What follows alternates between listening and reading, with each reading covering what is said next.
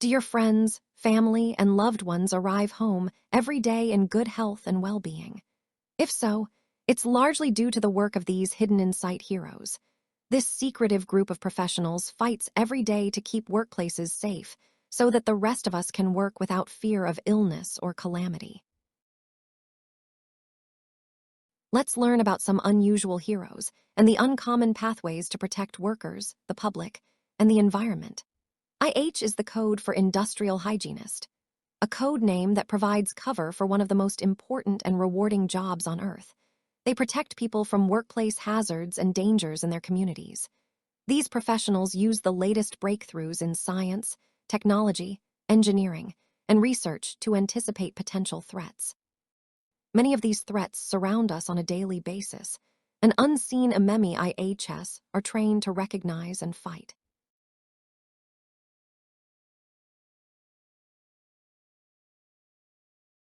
Join Rebecca, an IH hero professional, as she unravels a mystery plaguing a small island. Flown in right after her vacation, she arrives at a remote island recently devastated by massive flooding. But it's not the flood recovery she was called in for. There's a mysterious skin plague that is slowly spreading in the main refugee camp. Can her problem-solving skills as an IH and epidemiologist save the day? Who is Rebecca? After serving in the Army for 4 years after high school, Rebecca took advantage of the educational opportunities offered to achieve her college degrees. She earned both her master's and doctoral degrees in public health from the University of South Florida. She is now board certified as an industrial hygienist and an epidemiologist. She now works for a private consulting firm that partners with the U.S. Department of Health and Human Services on a long-term health initiative. Here is Rebecca's story. After the tsunami struck the island, help quickly poured in from the international community. The first responders saved lives and united the missing with their families. But what the news channels rarely highlight is the difficult work that lies ahead in the aftermath. That is where the IH heroes come in. Once the situation is under control, both IHS and public health professionals need to work with other emergency responders to make sure people stay safe. When the call comes in, Rebecca says, "I don't hesitate to respond. It's why I do what I do." Rebecca exclaims, "Most people have no idea what industrial hygienists, or IHS for short, do or what it means to do this type of work. And that's okay. It's what I do that's important, not my job title." Rebecca continues, "The first thing after touchdown was the same as always, report to staff headquarters. Dr. Hamilton said, 'I'm so glad your company could spare you for a few weeks.'" "How could I turn down a call from my favorite mentor, Dr. Hamilton?" said Rebecca. "It's Alex," said Dr. Hamilton. "While I would like to catch up with my former star student," said Alex, "but the situation requires your immediate attention and skill set." Rebecca exclaimed, "Right. In the mission briefing, you mentioned the possibility of an outbreak," Alex replied. "Of sorts, yes." Rebecca said, "Tell me more. Is it threatening to the refugees?" "Not yet," replied Alex. "There's a skin rash that is spreading, but so far it's only shown up on my staff. I will transfer the full report and files to your tablet." They didn't have the time, manpower, or expertise to sort this out. The camp was already overrun with priorities. Rebecca said, "I had my work cut out for me." "I toured the camp for a bit, getting the lay of the land before diving into the problem," said Rebecca. While walking around the camp, she glanced over to one of the young female refugees. "You look like you're having fun," she shouted. "My name is Rebecca. Nice to feet you." "Hi, I am Iffy. Do you like my boots?" She was wearing a large protective glove to cover her feet. Rebecca noted that these people have lost so much, and yet this little girl found some joy in the midst of all the chaos. "Time to get cracking," said Rebecca.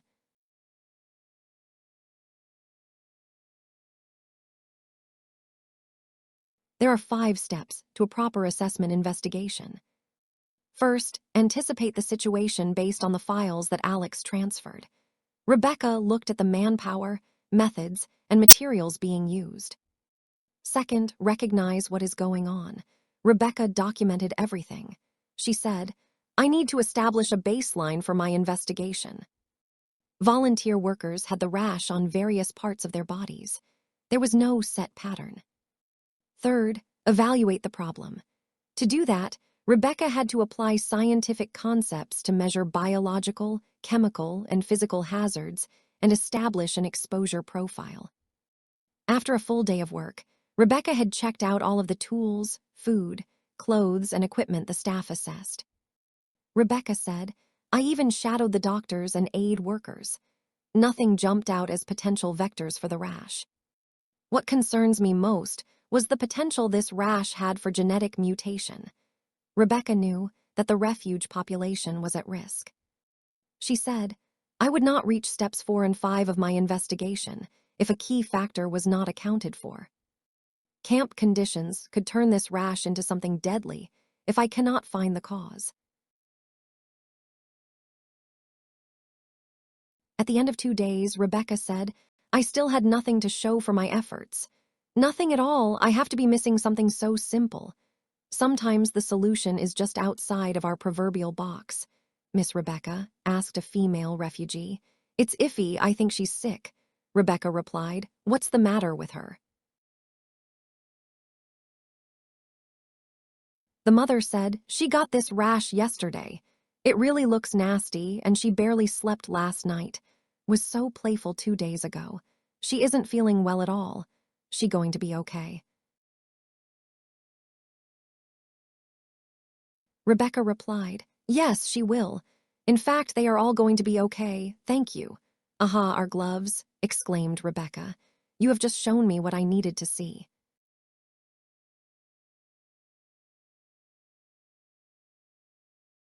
Rebecca placed the gloves on the table. She said to Alex, "Specifically these gloves, they are from Protecto, right?" "Well, yes," said Alex in reply. Rebecca explained, "I have heard they were developing a new protective latex glove using nanotechnology. But last I knew it was still in testing." "Well, not anymore," exclaimed Alex.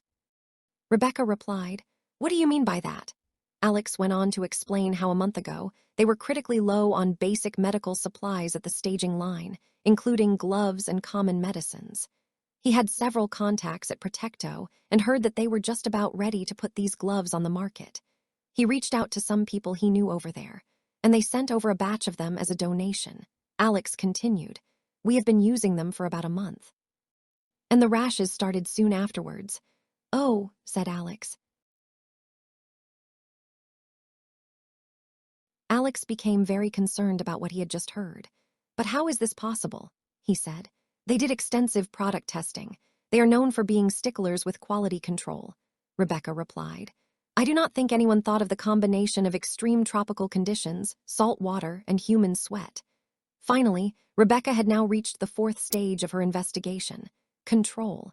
Apply the knowledge of approaches that might allow for the elimination of a hazard.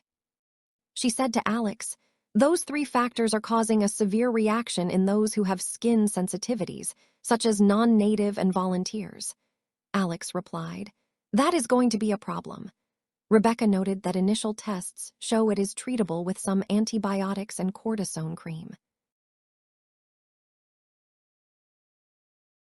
Alex replies, "We do not have enough to treat the entire staff, and I cannot spare anyone to get some. The next airlift is not for 2 weeks. "I know where we can find some," says Rebecca. "The 5th and last step is to confirm. Determine the overexposure and establish a process for correction and future prevention. This means taking immediate action." During the mission briefing, Rebecca noticed there was a medical warehouse located in the hills on the other side of the island. Getting maps and a truck was easy enough. The problem was that the main bridge to the town was destroyed. The only alternative was a badly maintained jungle road through the washed-out valley. Rebecca noted that this was the scariest road trip that she had ever taken. The locals were more than happy to help the relief effort in the lowlands. The camp let them know that Rebecca was coming. They were ready with the supplies when she arrived at the facility. While she was there, she received additional supplies for the camp and field hospital, thanks to the generous and concerned locals. She also bought a few things for herself. "All loaded up," said one of the relief workers. The trip was exhausting, but Rebecca knew deep down it was worth every bump and grind. Upon arrival, Rebecca told Alex she had gotten it all back to the camp, safe and sound. Alex said, "Rebecca, this is outstanding. I do not know what we would have done without your help. We will put these supplies to good use right away."